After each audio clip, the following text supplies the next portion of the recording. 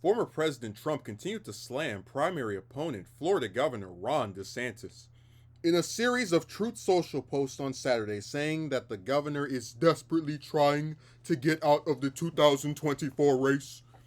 Ron DeSanctimonious is desperately trying to get out of the presidential race while at the same time saving face for 2028, where he has been greatly damaged, Trump said.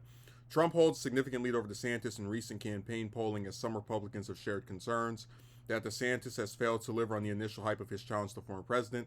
DeSantis has responded to these concerns in his waning polling numbers by saying he's been targeted by the media and other influential figures.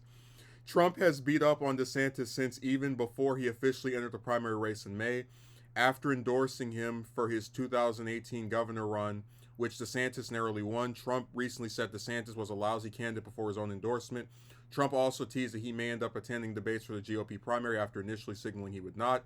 He claimed DeSantis strategist Steve Kortz told DeSantis to leave the primary field and praised Trump's debate skills. While there's no indication that those claims have support, Cortez said the DeSantis team faces an uphill battle against the former president, but it's one he believes they could still overcome.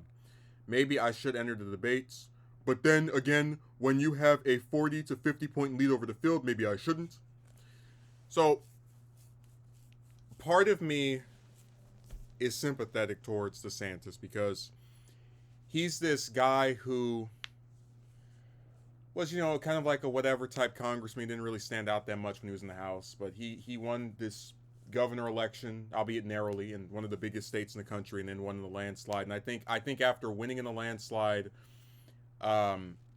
he got a lot of people that were telling him, "You got to run for president. You got to run for president. You got to run for president. Your time is now. Your time is now." And he didn't anticipate that either Trump would enter or that Trump would be doing as well as he is. And so at this point, he's kind of having to, it's almost interesting just how much he's been set up to fail. One, because of some external stuff, and then the other part of it is just his personality and his refusal to criticize Trump over things that I think Trump is very weak on. Like, he could easily hit him over his hypocrisy on cutting Social Security and Medicare, where he's like, we're not going to cut them, even though when I was president I tried to cut them, but shh, be very, very quiet. But then the other part of it is he tries to say that the media is making his polling numbers go down. The media has despised, like, regular mainstream news has despised Trump for 8 years, and it's done very little to stop millions of people from voting for him. If anything, the media is a boost to DeSantis because there's a lot of people who don't even pay attention to politics that know who DeSantis is because he gets brought up on TV all the time. So I don't know what he's talking about. I think that goes back to my thing of like, I believe he'd elicit a lot more respect from Republican voters if he said, look, my polling numbers are going down because a lot of people don't know who I am. Trump has higher name recognition. I'm going to take the next couple of months to kind of go through and explain to you why I think we shouldn't run the only person who's lost to Biden against Biden in this election cycle. I think if he came out and was honest and said some of it is due to my own inability to really like excite people after I actually got in the race, and the other part of it is just the name recognition. But if I work, I can overcome that. I think he would do a lot better than what he's currently doing. But I don't know. He's just and the part where Trump says he's thinking of 2028.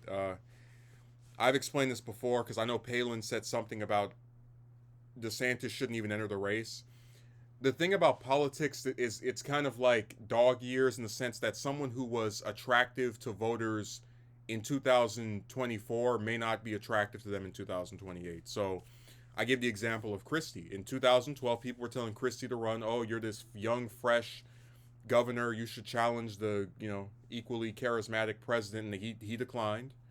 And when he ran in 2016, he got raffle stomped. So when you are someone who people are looking to, you need to seize the opportunity. You need to take the moment and make it your own.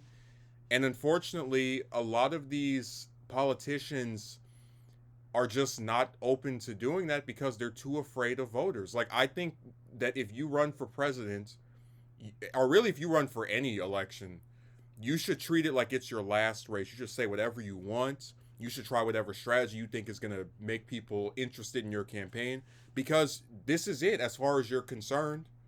You know, maybe you have some backdoor idea of running again at some point, but your main thing should be trying to win that race.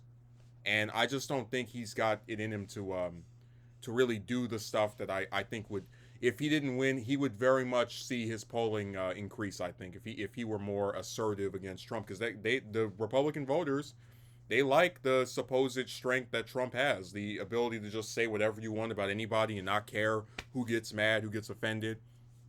And I don't think most of the other ones have that. They all want to do this little thing of like trying to avoid the elephant in the room. And as I've said repeatedly, these people are very cowardly, because if you're trying to become commander in chief, how am I supposed to believe you can lead a country when you can't even lead your mouth to attack your main opponent? So it's really pathetic.